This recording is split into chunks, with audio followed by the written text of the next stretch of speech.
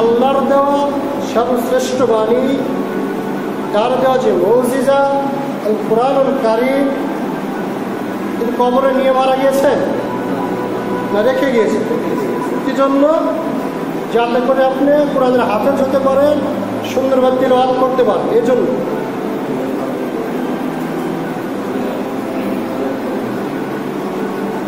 অনেক হাফেজ পাওয়া যাচ্ছে, কিন্তু হাফেজ পাওয়া যাচ্ছে না, হাফেজ পাওয়া যাচ্ছে নেশা, হাফেজ পাওয়া যাচ্ছে হারাম ভক্ষণকারী। কি জন্য? আল্লাহ তো এই জন্য কোরআন নাযিল করেছে। কোরআনে তো এগুলোই কথা রয়েছে, তুমি হাফেজ হবে বিড়ি খাবে, হাফেজ হবে নেশার সাথে জড়িত হবে, হাফেজ হবে ওজনে কম হবে। এই জন্য হাফেজরা কেন এরকম করতেছে? আল্লাহ বলতেছে যালিকাল কিতাবু লা রাইবা ফীহি হুদাল লিল মুত্তাকিন, এটা মুত্তাকিনদের জন্য হেদায়েত। তাহলে মুত্তাকি আবার কাকে মনে করো? যার ভিতর যত কোরআনের আয়াত থাকবে তিনি তো মুত্তাকি হওয়ার কথা ছিল। পুরো কোরআনের হাফেজ যেমন তেমন বিষয় নয়। সবচাইতে বেশি আল্লাহর দেওয়া বিধান কি? কোরআনুল কারীম। তোর সবচাইতে বেশি ধারণকারী কি? হাফেজ। তোর সবচাইতে বেশি আল্লাহকে ভয়কে করবে হাফেজ। বর্তমান যেগুলো হাফেজ তৈরি হচ্ছে, আল্লাহকে বেশি ভয় করতেছে? দেখেন, চিন্তা ভাবনা করে দেখেন, যাচাই করলে হাফেজ ছাড়া তবে করতেছে। হাফেজ নেশার সাথে চলবে, সব ধরনের পাপের সাথে চলতে হাফেজ। কি জন্য? কি জন্য? আল্লাহ যেই উদ্দেশ্যে কোরআন নাযিল করছেন সেই উদ্দেশ্য অনুযায়ী কোরআন পড়ে, এটাই উদ্দেশ্য। অন্য কোনো কারণ নেই, কোনো কারণ নেই। আমরা মনে করি কোরআন মুখস্থার জন্য এসেছে, কোরআন তেলাওয়াতের জন্য এসেছে। জি না, অসম্ভব। কোরআন তেলাওয়াতের জন্য আসেনি, তেলাওয়াত করা যায় সবের জন্য। যার কারণে ইমাম আবু হানিফার বক্তব্য কি জানেন? ফার্সি ভাষায় যদি কোরআন তেলাওয়াত করে তাহলে তার সালাত আদায় হয়ে যাবে। কি জন্য জানেন? যদি লোকটা যদি ফার্সি ভাষী হয় আর কোরআনের অনুবাদ সে যদি সহজভাবে সালাত আদায় করে, তার সালাত হয়ে যাবে। যদিও ও তো ঠিক না ঠিক এটা বুঝাতে চাচ্ছে না, কিন্তু বুঝাতে চেয়েছিলেন যে আপনি যখন সালাত আদায় করবেন যেন আপনি বুঝে বুঝে সালাত আদায়। আর কোনো সাহাবায়ে কেরাম বুঝেননি সালাতে দাঁড়িয়েছেন, এরকম ইতিহাস পাওয়া যায়। কোনো মুহাদ্দিস কেরাম সালাতে কি বলছেন এটা বুঝেননি, এরকম ইতিহাস পাওয়া যায় না, খুঁজে পাবে না। কোনো তাবা তাবে খুঁজে পাবে না সালাতে কি পাবে, এটা বুঝে না তো সালাতে দাঁড়িয়েছে, খুঁজে পাবে। একটা ছাত্র মনে করেন ক্লাস 3-তে পড়ে, তো তাকে শেখানো হয়েছে যখন মাইনাস বা বিয়োগের অঙ্ক যখন করা যাবে তখন বড় থেকে ছোট সময় কী করতে বাদ দিতে হবে, বোঝার চেষ্টা করবে।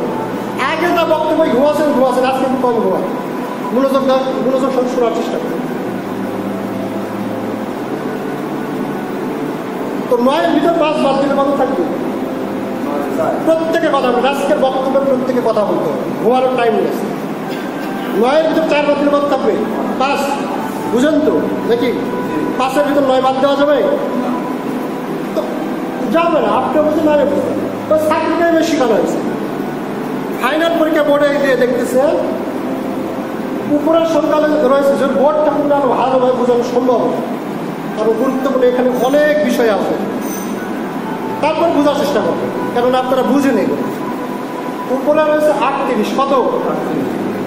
38 কত লেখা 38 হয় 3-8। সকলে বুঝেন তো 38 শব্দ হবে। মাশাআল্লাহ, ভালো। উপরে হচ্ছে 38, নিচের সংখ্যা রয়েছে 19 কত হয়? 1-8-9। তাহলে উপরের ডান দিকে আছে সংখ্যা কত? 8, নিচে আছে কত? 9। ওই ছাত্র আর কিছু জানেন, এখন উনি যখন পড়ছি পেয়েছেন সঙ্গে সঙ্গে খেপে গেছেন। হ্যাঁ, 8 থেকে 9 তখন কীভাবে বাদ খেপে গেছেন। এই পড়ছিনি লিখতে জানেন নাই, সার হয় কীভাবে? হ্যাঁ, 8টায় তো 9টে বাদ দেওয়া যাবে হিসাব করে, স্বাভাবিক যে বুঝতাম। উপরে যদি 38 আর 8 রয়েছে, নিচে 19 আর 9 রয়েছে, তাহলে অঙ্ক যখন করি আমরা ডান দিক থেকে করি, কোনো 8 থেকে 9 টাকা তো বাদ দেওয়া যায় না।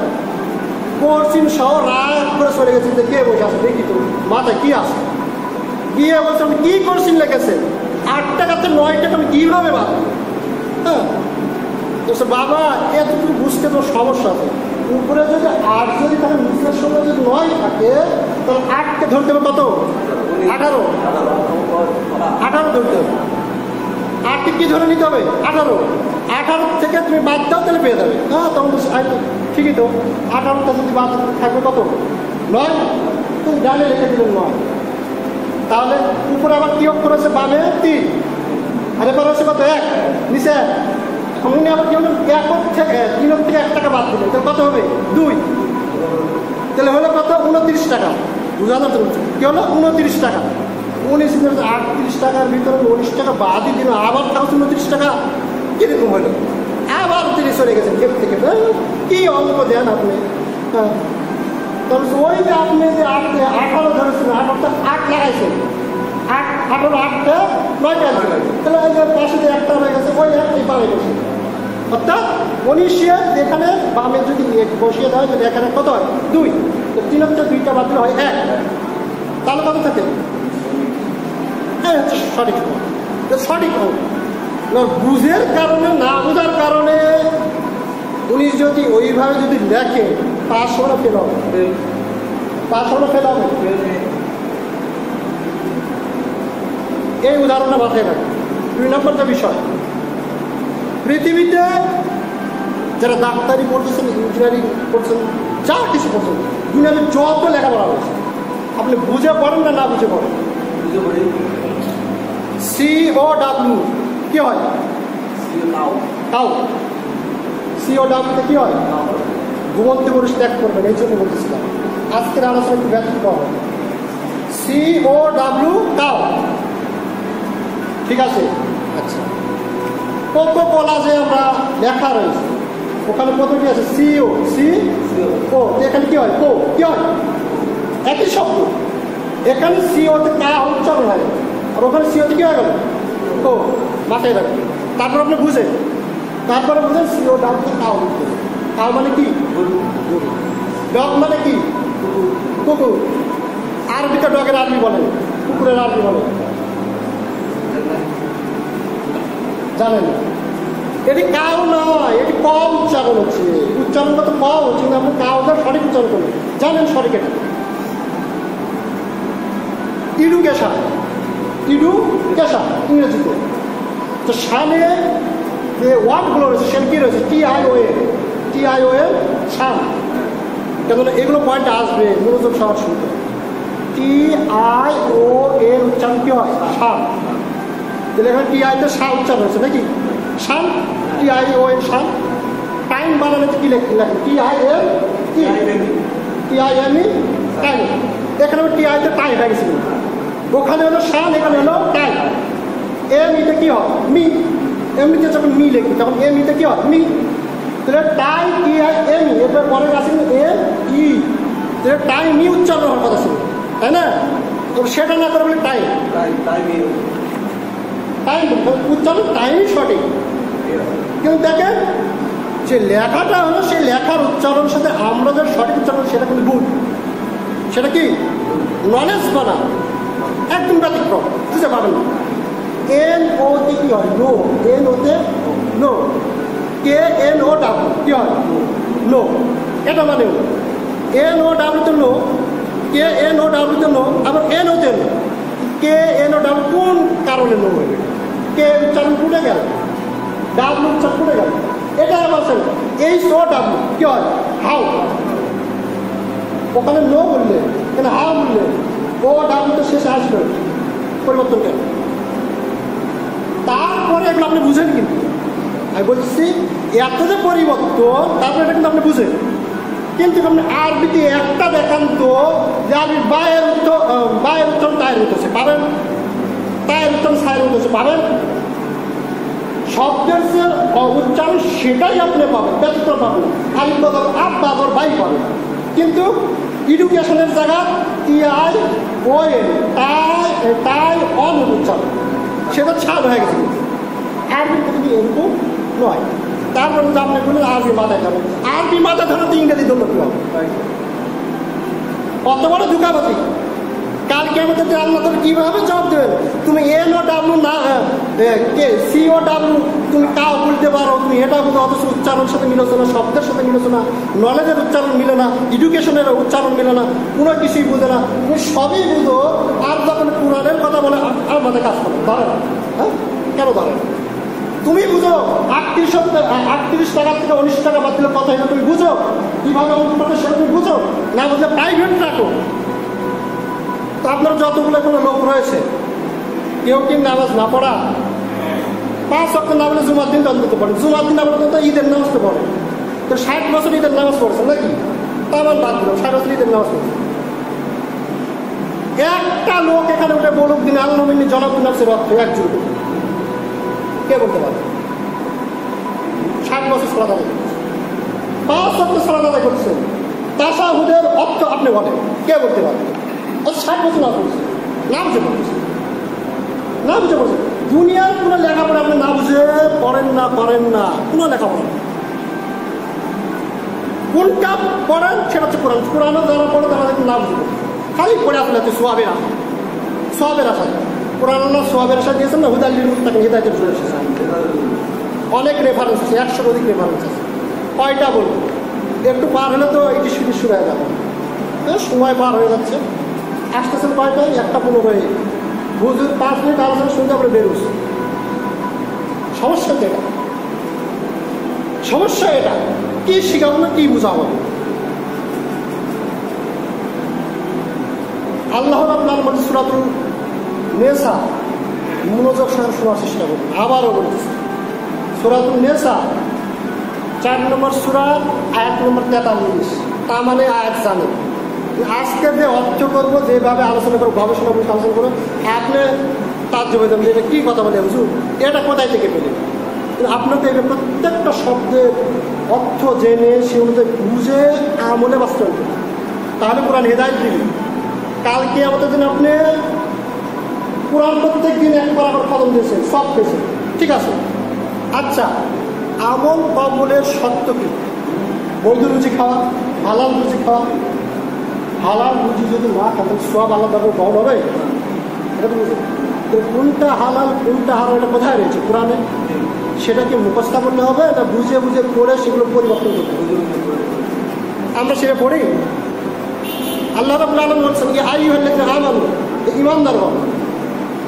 কত জায়গায় আল্লাহ বলতেছেন এই ঈমানদারগণ তোমরা সালাত আদায় করো, যাকাত প্রদান করো, সালাত আদায় করো, যাকাত প্রদান করো, ব্যাখ্যা করো যে আইয়ুহাল্লাযীনা আমানু, ঈমানদারগণ, লা তাকরাবুস সালাত, লা নাফি তাকরাবু, নিকটবর্তী হবে, সালাত সালাত মানে ওই সালাতের ধ্যানই কাছেই যান। ডাক দিচ্ছেন কাকে? আল্লাহ। ঈমানদারগণকে। আবারও বলছে ঘুমন্ত পরিবেশ ত্যাগ করে। এটা ঘুমানোর যদি পরিবেশের বাসাতে ঘুমান, ঘুমন্ত পরিবেশ ত্যাগ করেন। ইয়া আইয়ুহাল্লাযীনা আমানু, ডাক দিলেন ঈমানদারগণকে, আর বললেন সালাতের নিকটবর্তী হো না। আমি খানতলা বাজারে মাঠে ফুটবল খেলতাম, তো কোনো কারণবশত আমি দাঁড়িয়ে আছি, এক পীর বাবা একজনকে বোঝাচ্ছে, পীর মানে গুরু ধরছি, পাশে 3-4 মুড়ি মানে তার পছন্দ করে এরকম কি বসে মাঠে গল্প করছে। আমি ওখানে কান পেতে শুনতেছি, ওখানে দাঁড়িয়ে আছি, তো বুঝতে দিচ্ছি না যে ওদের প্রতি মনোযোগ হবে। তো তিনি তাদেরকে বলতেছেন, দেখো আল্লাহ বলতেছেন আইয়ুহাল্লাযীনা আমানু লা তাকরাবুস সালাত, আজকে কোরআন করে দেখো সূরা নিসা 43 আয়াত। দলিলও সঠিক, দলিলও সঠিক। যারা কয়েকদিন বসে তখন কোরআন করতে পারে, হ্যাঁ এইভাবে বলে দিচ্ছে, বুঝেও কিন্তু লা মানে নেই। অর্থাৎ বুঝতে যদি অসুবিধা তাহলে লা ইলাহা ইল্লাল্লাহ তোর বলি না, কোনো ইলাহা নেই ইল্লাল্লাহ, আল্লাহ এটা নাই। লা মানে কি? নাই। এত সুন্দর বোঝাচ্ছে। লা তাকরাবু মানে নিকটবর্তী, কারণ আমাদের সালাত করি কোথায়? সালাতে। ওই জন্যে আমরা পীরেরা সালাত আদায় করি। একজন প্রশ্ন করতে নামাজ যান না কেন? তো কোরআনেই দলিল আছে নামাজে না যাওয়ার কথা। ওই বুঝালো, বুঝো না, হ্যাঁ এই তো সে বড় পীর পাওয়া গেছে। পরের পয়েন্ট আসে, কিন্তু আর কি মূল অর্থ কি এটাই? বুঝছি এটাই।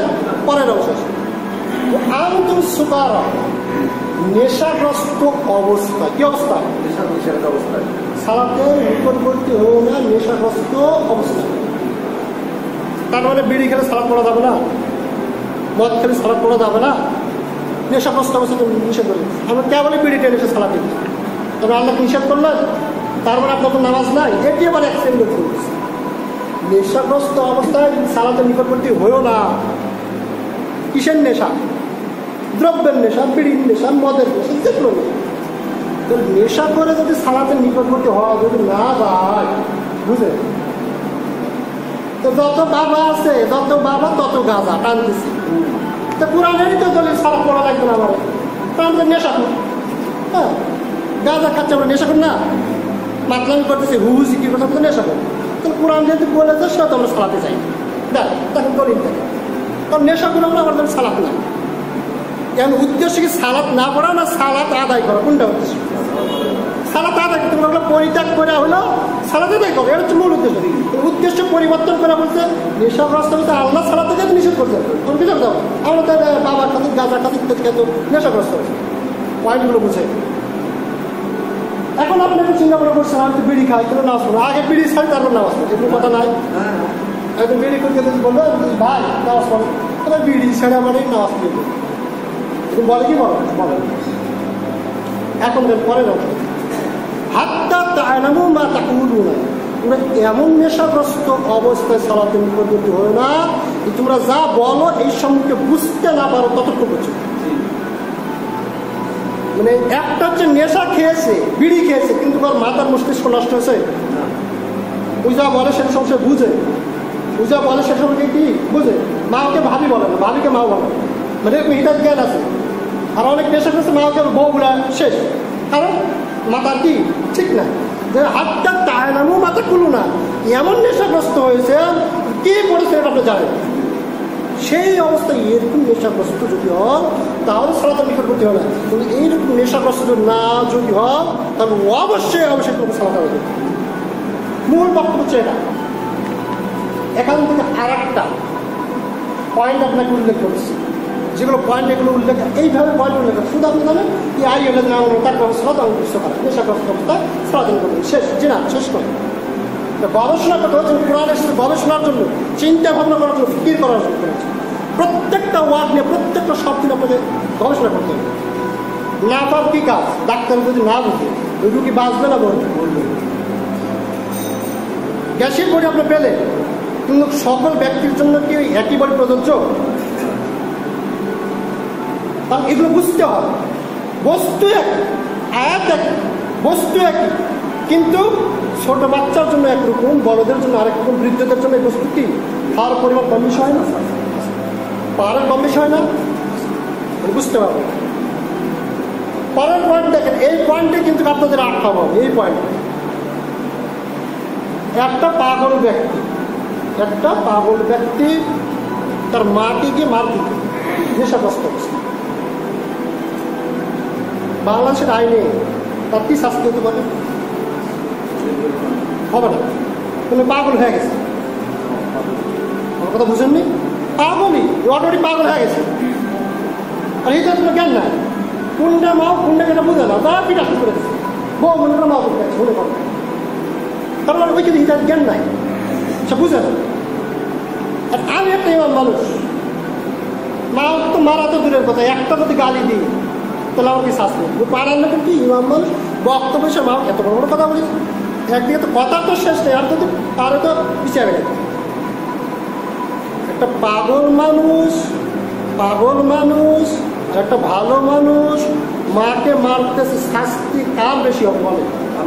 ভালো মানুষের শাস্তি কার বেশি হবে? সুস্থ এবং ভালো মানুষ। আল্লাহ রাব্বুল আলামিন উক্ত আয়াতে বললেন তোমরা নেশাগ্রস্ত অবস্থায় সালাতে নিকটবর্তী হয়েও না। এই জন্য তুমি এটা পড়ো, এটা তুমি বুঝো না, তুমি এটা পড়ো, তুমি এটা কি বুঝো না, যার ফলে সালাতে নিকটবর্তী বাইরে হবে। আসার দরকার নেই, তুমি কি পড়ে দোয়ার বদলে বদলা দিয়ে নিতে পারবে, বুঝতে হতো উল্টা ওটা। একটা নেশাকুর যদি না বোঝার কারণ সালাত আসতে যদি আল্লাহ রাব্বুল আলামিন নিষেধ করেন তাহলে আপনি তো সুস্থ মানুষ, হ্যাঁ MBBS ডাক্তার সব বুঝেন। সালাতে কি পড়েন যে আজকে বললাম তার সাথে দোয়া পড়েন, কে পারবে? কেন সালাত আদায় করতে? যদি পড়তে হবে, কিন্তু আপনাকে বিবেকের কাছে নাড়া দিতেছে, আপনি কেন সালাত আদায় করতে আসলেন? আপনি দুনিয়ার সব বুঝেন, সালাতে কি পড়ে এটা বুঝেন না? 60 বছর তো সালাত আদায় করতেছেন। আল্লাহ যদি বলেন হো তোর সালাত কবুল করবো, সব তুমি সালাত আদায় করতে কি বলো কি বল? উত্তর দাও, কি উত্তর দিবে? আমি তোকে 80 বছর হাত দিয়েছিলাম, তুমি এটা বুঝো COW কও হয় না কাও হয়, তুমি এটা বোঝো এডুকেশনের দ্বারা কি আয় হয় সান বলতে তুমি এটা বোঝো, তুমি এটা বোঝো 5 আর 5 কত হয়, তুমি এটা বোঝো 10 আর 10 কত হয়, 10 কে 5 বদল কত হয়, তুমি দুনিয়ার সব বুঝো, 100টা জমির অঙ্ক বুঝো না, RS খতিয়ান বুঝো, CS খতিয়ান বুঝো, SA খতিয়ান বুঝো, সব বুঝো। আর তুমি আমি আল্লাহ এত বড় তোমার সামনে দাঁড়িয়েছি, এমন এক রব আমি দাঁড়িয়ে আছি, আমার সামনে সালাত আদায় করছো আর তুমি কিছুই বুঝো। জবাব দাও, দেওয়ার জবাব কি বলো, উত্তর দাও, কি জবাব দেবো? এটা যতগুলো মুসল্লি আছে একজন আপনি হাত দোয়া অর্থসঙ্গে বলতে পারবেন, যে পারবেন একটু হাত তুলুন। 60 বছর বললেন, কি বললেন? ইফআল, একটা আপনি বললাম আপনাকে কি বুঝেছেন? ইফআল একটা আদেশ করছি, আদেশ করছে আপনার ইফআল, কি বুঝলেন? কি বুঝলেন? আপনি বুঝলেনই না, আপনি বুঝলেনই না, আপনি কাজ করবেন, আপনি তো কাজ করতে পারবেন না, কারণ আপনি তো বুঝেননি। তবে কোরআন পড়তে আপনি তো বুঝেননি, আপনি কি পড়তেছেন? আমার বক্তব্য নয়, আল্লাহ নিজে বলছে তুমি যতক্ষণ সালাতে দাঁড়িয়েছো, যতক্ষণ না বুঝো ততক্ষণ পর্যন্ত তুমি সালাতে নিকটবর্তী হয় না। নেশা পর্যন্ত নিকটবর্তী না হয় একটা বিবেকবান মানুষ না বুঝে সালাতে কিভাবে নিকটবর্তী হয়? পাগল যদি সালাতে নিকটবর্তী হতে যদি না পারে, একজন বিবেকবান ব্যক্তি 60 বছর সালাত আদায় করছেন, 5টা ওয়ার্ড রয়েছে, 5টা শব্দ রয়েছে, 5টা সূরার অর্থ জানে না, অথচ আমি তো ভালো নয় পরের লাইন বলো, তা বলে ভালো লেগে 60টা দেয়, পরের অংশ কি বলো, বুকটা, হ্যাঁ এগুলো জানেন আপনি। হাজার হাজার গান মুখস্থা, হাজার হাজার কবিতা মুখস্থা, হাজার হাজার নাটক মুখস্থা, হাজার হাজার যাত্রা মুখস্থা, এবং এগুলো বুঝেন আপনি, বুঝেন নাকি? সালাত 60 বছর যেটা আদায় করছেন, যেটার হিসাব তালিকা আমাদের দিন সর্বপ্রথম দিতে হবে। আর এই হিসাবের বেলা থেকে আল্লাহ যদি বলেন সূরা ফাতিহার অর্থ বলো, আমি তো কোরআন নাজিল করেছি বুঝে পড়ার জন্য, তুমি তো কি পড়েছ আমি জানি না, এই কোরআন নাজিল করেছি বুঝে পড়ার জন্য। আর সূরা ফাতিহার মাধ্যমে আমি আল্লাহ তোমার কথা কি দিই, উত্তর দিই। তুমি যে দোয়া করছি দোয়ার উত্তর, তুমি কি দোয়া করানো বল, উত্তর দিই, কে উত্তর দিবে না?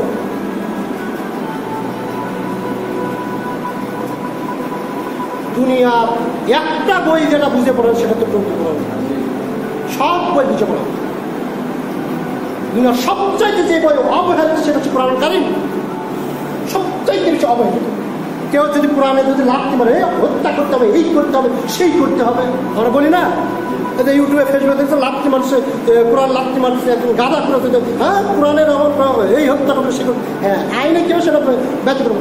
আপনি যে 20 বছর কোরআন ফেলেছেন, আপনাকে কি করা উচিত? কোরআনের হক 20 বছর ফেলে রাখা? কোরআনের হক আপনার স্ত্রী কোরআন পড়তে যাবে না, এবং সন্তান কোরআন পড়তে পারবে না, পুরো পরিবারের একটা কোরআনের হাফেজ নেই, এটা কোরআনের হক? আপনি 60 বছর যখন সালাত আদায় করতেন, 60 বছর যখন কি পড়বেন, কোরআন কি বলেন এটা আপনি বুঝলেন, আপনাকে কি করা উচিত? কি করা উচিত আপনার? আল্লাহ রাব্বুল আলামিন অন্য আয়াতে বলতেছেন, সূরাতুল মাইদা 5 নম্বর সূরার 58 নম্বর আয়াতে বলছেন, ওয়া ইযা নাদাইতুহুম ইলাস সালাত ওয়া ইযা, আর যখন নাদাইতুহুম ইলাস সালাত, সালাতের জন্য ডাকা হয়, আহ্বান করা। এতক্ষণ যে আলোচনা যেটা করলাম, সালাতে যে আদায় করবেন, অন্তত যতটুকু আদায় করবেন ততটুকু বুঝে করার প্রয়োজন কি প্রয়োজন করবেন তো?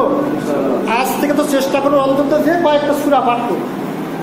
সূরা নাস করতে বেশি সূরা নেই, কুল আল্লাহু আহাদ বেশি সূরা নেই, অন্তত 5টা সূরা অন্তত বুঝে সুঝে অর্থ সব বুঝে সুঝে পড়ে আল্লাহ 5 সূরা দেয় পুরো জন পার করে দেয়, কোনো সমস্যা নেই, কোনো সমস্যা নেই। খালি সোয়াব টার্গেট করলাম, সোয়াব টিকানোর জন্য বুঝে সুঝে পড়তে হবে, হালাল হারাম মেনে নিতে হবে, সবটাকে টিকানো আসবে, আল্লাহ রাসূলের তরিকা অনুযায়ী হবে, কোরআনের হকগুলো আদায় করে দিতে হবে। তারপরে সেই কোরআন কাজকে আমাদের আপনার পক্ষে সাক্ষী দেবে। ওই হাফেজদের পক্ষে কোরআন সাক্ষী দিবে না, কি জন্য দেবে? কোরআনের হক সে নষ্ট করেছে, তবে হক নষ্ট করেছে। কোরআনের হক হচ্ছে ধীরে ধীরে পড়া, আলোচনায় আসবে। কোরআন অনেক রেফারেন্স দিয়েছে। 3 দিনের কমে রাসূল মুহাম্মদ সাল্লাল্লাহু আলাইহি ওয়াসাল্লাম কোরআন কথা বলতে নিষেধ করেছেন, কি জন্য জানেন? বুঝে বুঝে পড়ার জন্য। 23 বছর কেন লাগবে কোরআন নাজিল হতে? এটা কাফের মুশরিকরা বলেছিল যে আল্লাহ কোরআন নাজিল করে একবারই করবে, 23 বছর কেন? বুঝে বুঝে পড়ার জন্য, দিতে আসার জন্য। পড়া বা মুখস্থ 2 ধরনের হয়। একটা হচ্ছে এই মুখ, এই কন্ট্রোলালি উপর থেকে এক ধরনের পড়া, মানে হাফেজদের পড়া, অর্থ বোঝে না। আর একটা হচ্ছে সেই মুখ দিয়ে পড়বে, অন্তঃকরণের ভিতরে ঢুকে যাবে, আর ওই উপকারী এলেম, ওই এলেম কার কিয়ামতের কাজে লাগবে। আল্লাহ রাসূল বলেননি তলাবাল, আল্লাহ রাসূল বলেছেন তলাবাল ইলম ফারিদাতুন আলা কুল্লি মুসলিমিন ওয়াল মুসলিমাত, এলেম অর্জন করা ফরজ। ওই একটা বলেন, এখন বলেন ইফআল, আমি কি বললাম আপনি বুঝতেছেন? ইফআল ইজ রিপ, এগুলো তো আছে। ন্যায় দেয়াতে গল্প অর্থ কি বুঝলেন? মানে মুখ থেকে শেষ, এটা মুখ থেকে কি শেষ, ভিতর সে আর ঢুকেনি, ভিতরে আর কি সে ঢুকেনি। এরা কারা জানেন? এদের সব একটা কঠিন একটা আলিস আছে। গত জয় বলেছিলাম খারেজি কারা? আলী রাদিয়াল্লাহু তাআলা, মুআবিয়া রাদিয়াল্লাহু তাআলা পরামর্শ যারা লঙ্ঘন করে 12,000 যারা বের হয়ে গেছিলেন, তাদের ব্যাপারে রাসূল ভবিষ্যৎবাণী করে গিয়েছিলেন। এরা হচ্ছে ওই খারেজি যারা বেশি বেশি কোরআন পড়বে, হাফেজরা বেশি কোরআন পড়ে না, আর হাফেজ তো ছোট করছে এটা না। আমার কথা হলো ওই 7 বছর যাবত 5 বছর কোরআন মুখস্থ হচ্ছে, হ্যাঁ মুখস্থ করার ক্ষেত্রে আপনি এটা করতে পারবেন। 5 বছর যাবত যদি সে কোরআন যদি মুখস্থ করে, আরও 1 বছর লাগুক, 2 বছর লাগুক, 3 বছর লাগুক, পুরো কোরআনের একটা অনুবাদ করতে হবে। আল্লাহ রাব্বুল আলামিন আরবি ভাষায় কোরআন নাযিল করেননি, আল্লাহ রাব্বুল আলামিন কোরআনটা নাযিল করেছেন রাসূল মুহাম্মদ সাল্লাল্লাহু আলাইহি ওয়াসাল্লামের মাতৃভাষা। আলোচনায় আসবে লিসানা, রাসূল মুহাম্মদ সাল্লাল্লাহু আলাইহি ওয়াসাল্লাম যে ভাষায় কথা বলতেন সেই ভাষায় কোরআন নাযিল করেন, যাতে সে বুঝতে পারে, যাতে সে কী করতে পারে, বুঝতে পারে। তাহলে আমি পুরো কোরআন পড়লাম, আমি বুঝতে পারলাম, এটা কোরআনের মূল লক্ষ্য উদ্দেশ্য সেটা লক্ষ্য উদ্দেশ্য না।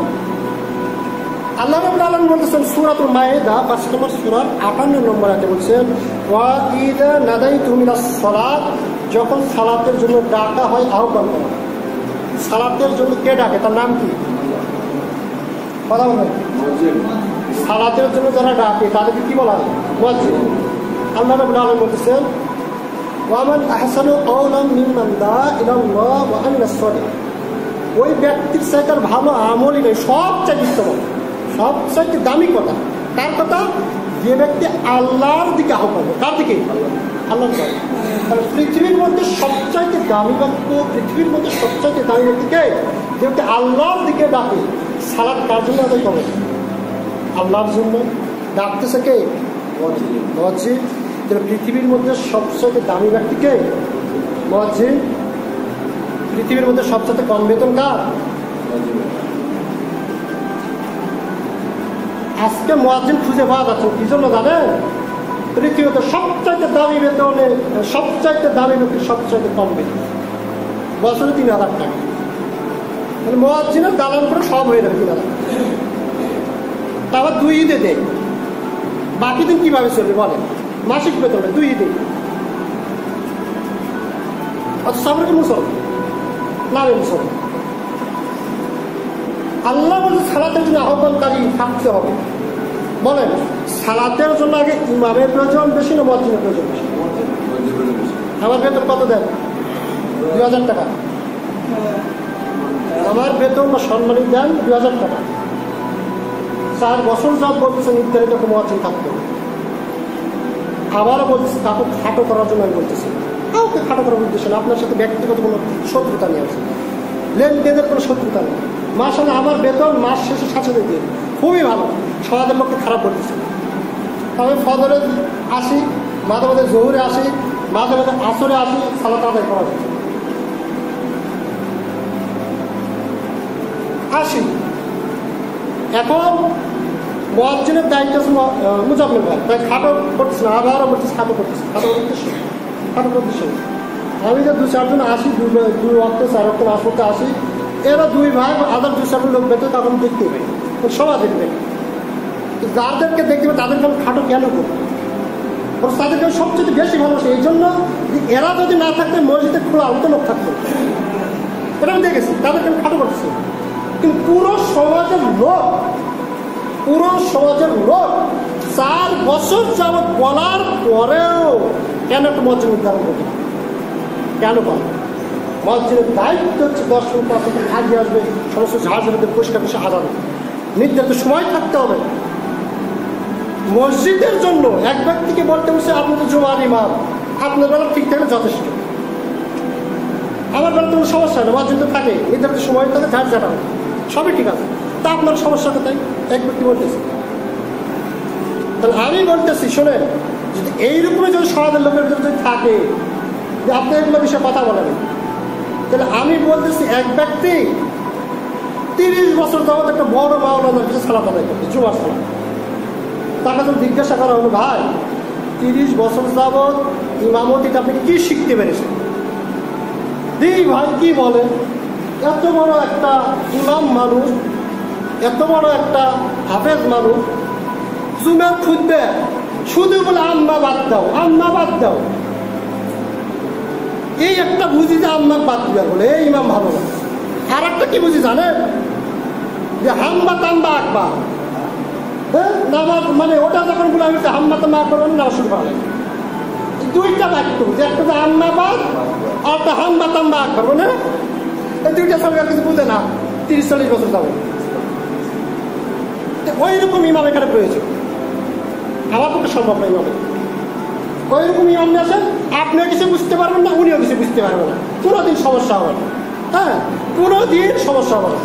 আপনি ওই শুধু বুঝে হাম্বা তাম্বা রান্না পান, আর আপনি চোদ্দ আরবিতে ফুটবল দিয়ে চলে থাকেন, কোনো সমস্যা নেই, করতে পারেন। আমার পক্ষে এইভাবে ইমামতি করা সম্ভব। আল্লাহ বলতেছে এটা আমার বক্তব্য নয়। আর কে বলেছে ইমামতি করে খেতে হবে? কে বলেছে? আল্লাহ যদি বলে, আমি আল্লাহ বলছি আগে ওই না যাই তুমি সলাৎ ছাড়াতে আগে আহ্বান থাকবে, আমি মোয়াজ্জিন থাকবে, যেটা নির্ধারিত স্থায়ী মোয়াজ্জিনে সেটা তোকে কে ইমামতি করতে হবে? মসজিদার নাই, আমি কি জবাব দেব? কি জবাব? মানে আমি দায়িত্বশীল, প্রত্যেকটা দায়িত্ব সময় কালকে জিজ্ঞাসা করবো, আমার তো জিজ্ঞাসা করবো। আমার যদি কোনো ত্রুটি যদি 4 বছর যাবত বলে বলে যখন হচ্ছে না, আমি বুঝতেছি এই মসজিদের জন্য ইমাম পারফেক্ট এটাই যে শুধু আম্মাবাদ বুঝবে আর হাম্মা তো মাকবা বুঝবে, ওই ইমামের এখানে দেখবে, ওটাই দরকার। খুব আবেগে আক্ষেপে কথা বলে আমি 12-15টা বলছি সালাত আদায় করেছি। 2-3 সপ্তাহ যদি আলোচনা করি, এটা বরত্বের জন্য করছি না। আমি উঠার আগে পুরো মসজিদ ঘুরে যাই, একবার আসতো না, কিন্তু যখন শুনছি আমি ওখানে আমার রুডাঙ্গি মাঝে মাঝে যাই দুলাল ভাইয়ের ওখানে, বলে ভাই আমার ওখানে একটা দিন আলোচনা করো, ভাই এই সমস্যা এই বিষয়টা আলোচনা করো। উনি বলেন, যদি শুনে দিই দিলে বলে সাহাবাড়ার ইমাম আসতেছে, পুরো মসজিদ পরিপূর্ণ আর উঠার আগে, আর আপনার 4-5 জনের সামনে দাঁড়াতে পারে। 7 দিনে যদি আমি 4 ঘন্টা করে যদি পড়ি, কত ঘন্টা এই জুমার জন্য আমি ব্যয় করি, কত ঘন্টা, অত ঘন্টার বিনিময়ে 4 জনের সামনে কি বলবো? তার শেষ পিছনের রাস্তাতে সব হাওয়া হয়ে যায়। এর কাক কি বলবো? টাকালে তো লিজের লোক, কিন্তু আমার সাথে বেশি বুঝাবো কি কাজ করতে হবে। আল্লাহ রাব্বুল আলামিন বলছেন ওয়াইদা নাদাইতুহুম, সময় শেষ, এখন আপনারা শুরু হয়ে যাবে, আর আলোচনা শেষ যেতেই পারে। আপনাদের অবস্থার কারণে আলোচনা করতে চান। আসবেন পুনরায়, আরো হুজুর পার হয়ে যাচ্ছে, তাও দিয়ে ফলো করতেছে। কারণ আমি যে 27 ঘন্টা খাটলাম, কি বললাম? যাও, যেহেতু সময় শেষ, যদি আল্লাহ যদি হায়াতে বাঁচার আগে আমার পক্ষে সম্ভব না, যদি এগুলো যে নির্ধারণ যদি হয়, তাহলে আমাকে খুব বলেন, আমি অবধি করবো। অন্যথায় ওই রকম একটা ইমাম খুঁজে দায়িত্ব, এটা আমার বক্তব্য, শেষ বক্তব্য, ব্যক্তিগত সমস্যা, আপনাদের কার দোষ দেবেন, আমারই সমস্যা। কারণ আল্লাহর কাছে আমি দায়বদ্ধ, অবশ্যই জব দিই। আমি যথেষ্ট কোরআন পড়ি, যথেষ্ট হাদিস পড়ি, আমার বুঝলো যে আল্লাহর কাছে আমার জবাব দিতেই হবে। কেন ইমামতি তুমি করতে হবে? বহু জায়গাতে ডাকতে চাই, বহু জায়গাতে আমি যাইনি, আমি টাকার লুবে ঘুরি না, এবং কোটি কোটি টাকাও নেই, ব্যাংকেও টাকা নেই, বাড়িতেও টাকা নেই, যা নিয়ে ঘুরি পকেটে নিয়ে। তারপরে আল্লাহ খাওয়াই, 8জন মানুষের সংসার চালায়, আমার মধ্যে আল্লাহ চালায় 1জন মানুষ। আর আপনার 2 জনেই চাকরি করেন, 2 জনের সব কিছু করেন, টাকা পয়সার অভাব নাই। আর বলা যাচ্ছে যদি কিছু যদি বলি আপনাকে, তাহলে কষ্ট হবে আপনার।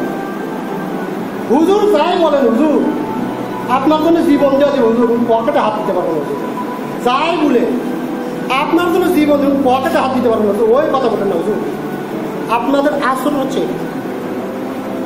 কোরআনের একটা মক্তব 40 ঘর মুসলিম থাকার পরে বন্ধ গেছে, এর চাইতে ধ্বংসপ্রাপ্ত সমাজ আমার মনে হয় কোথাও। কত বড় অপরাধ তখন আপনি কল্পনা করেন, কত বড় পাপের কাজ তখন আপনি কল্পনা করেন। আপনার এই লাখ লাখ টাকা অর্থ শুনতে কি লাভ হবে? একটা মক্তব চালানোর মতো ক্ষমতা নেই, লাখ লাখ টাকা কোটি কোটি টাকা বাড়ি করবেন, কি লাভ? যদি একটা শিশুটা আর বেশি যোগ্যতা থাকতে না, কি লাভ হলো? আল্লাহ রাব্বুল আলামিন বুঝার তৌফিক দান করুন। সব আল্লাহ বলেন, আয়াতের অনুবাদ বলে আমার আলোচনা শেষ করুন। আল্লাহ তাআলা বলছেন ওয়াইদা নাদাইতুম ইলাস সালাত ইত্তাখিযুহা হুজওয়ানু ওয়া লাইবান যালিকা বিআন্নাহুম কওমুন লা ইয়াকিলুন। আর যখন তোমরা সালাতের দিকে ডাকো, অর্থাৎ মুয়াজ্জিন যখন সালাতের জন্য আহ্বান করা হয়, তখন তারা কি উপহাস এবং খেল তামাশার উপর হয়। উপহাস এবং খেল তামাশা কি করে? লাভ করে। আজকে মুয়াজ্জিন খেল তামাশাই করে। মুয়াজ্জিনের যে দাম থেকে মুয়াজ্জিনের অভাব হতো না, দাম না থাকার কারণে খেল তামাশা। এই কথা তো আমরা বলি না, তোর মতো আদান দিয়া খায় নাউজুবিল্লাহ মিন যালিক। মানে যখন ছোট কিছু বুঝাবে তখন তোর মতো আদান দেখায় না কেন? মানে আদান দেওয়ার কাছে কি ছোট কাজ? খেল তামাশা কাজ।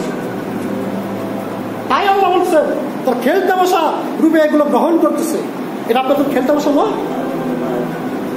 আয়াতগুলো সূরাতুল মায়েদা ৫ নম্বর ৫৮ নম্বর। তারপর বলছেন এই কারণে খেল তামাশা গ্রহণ করছে, কারণ কি আল্লাহ বলছেন এই কারণে যে তারা এমন জাতি, এমন সম্প্রদায়, এমন সমাজ যারা বুঝে না, এই বিষয় বুঝে না বুঝার কারণে এটা বাতিল হয়ে গেছে।